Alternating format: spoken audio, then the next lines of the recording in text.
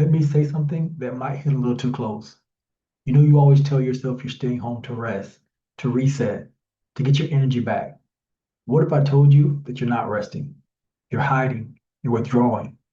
You're withdrawing because the world feels like it wasn't built for the version of you that exists today. You're staying home because every time you step out that door, you feel like you're carrying a physical and emotional burden that nobody else can see. And the more you stay home, the less you want to leave. The less you leave, the heavier everything starts to feel. Not just your body, your thoughts, your motivation, your entire life. At first, it feels harmless. You cancel one plan because you don't have an outfit that makes you feel safe. You tell yourself, I'll go out when I feel more like myself. You don't show up for that event because you're tired of being the person in the back of the photo or the one taking it so you don't have to be in it at all. You skip one workout because your joints hurt and then your spirit feels even heavier. You tell yourself, I just need a day to get my head right.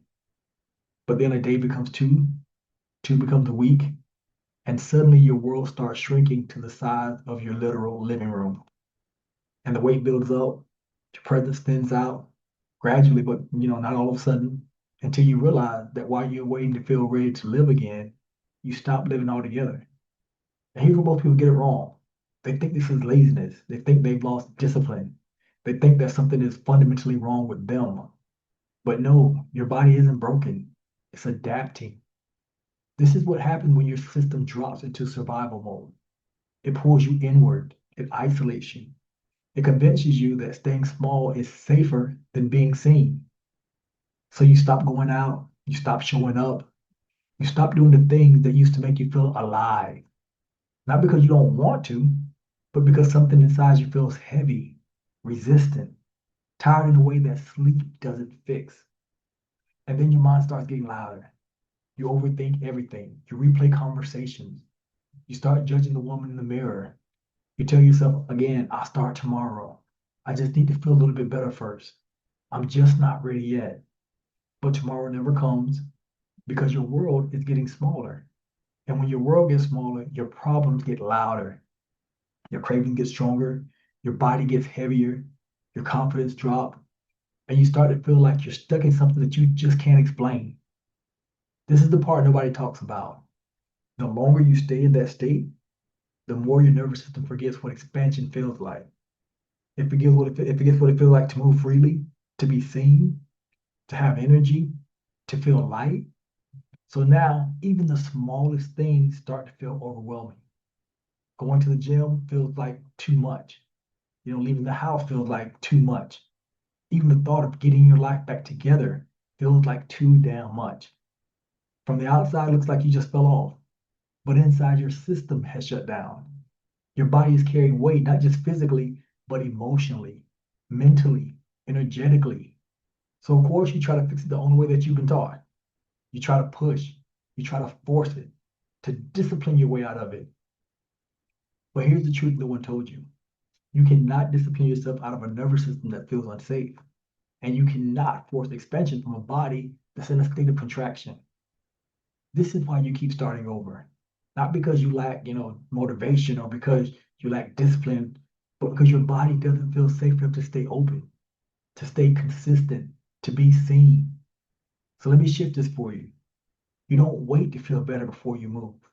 Movement is what brings you back, not punishment, not extreme dieting, not another day one, just movement. Stepping outside, letting the sun hit your skin, letting your body feel something different than the four walls that you've been hiding behind. In that moment, something starts to wake up. Your system begins to open, your energy shifts, your thoughts soften, and for a second, you remember what it feels like to be alive. It's not going to fix everything overnight, but that's not the point. The point is this: you break the pattern by interrupting it. One walk, one moment of choosing expansion over isolation.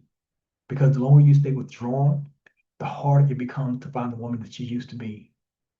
But hear me when I say this: you are not as far gone as you think. You haven't lost yourself. You've been living in a smaller version of your life. And the moment you step out, even just a little, you start to come back. So this is you. If you were stuck in your house, in your head, in a body that feels like a prison, feeling heavier, quiet and more disconnected than you want to admit, I see you. And more importantly, I understand exactly how to pull you out of it. Because this isn't about willpower. This is about rebuilding the system, reopening your world, recreating who you are from the inside out. Don't overthink it. Don't plan the perfect comeback. Don't wait for motivation. Just move today. Take one step, that's it. And if something in this hit you, if you felt seen in a way that you haven't been seen in years, I want you to comment below. You see me. If you're done trying to fix this on your own, trying to discipline a heart that's just tired, and you're ready to change it at the root, reach out to me. Because this is exactly what I help women break. Not just the weight, not just the habits, but the invisible patterns that have been keeping you small for years. Once you see it, you don't go back because this isn't motivation. This is recreation.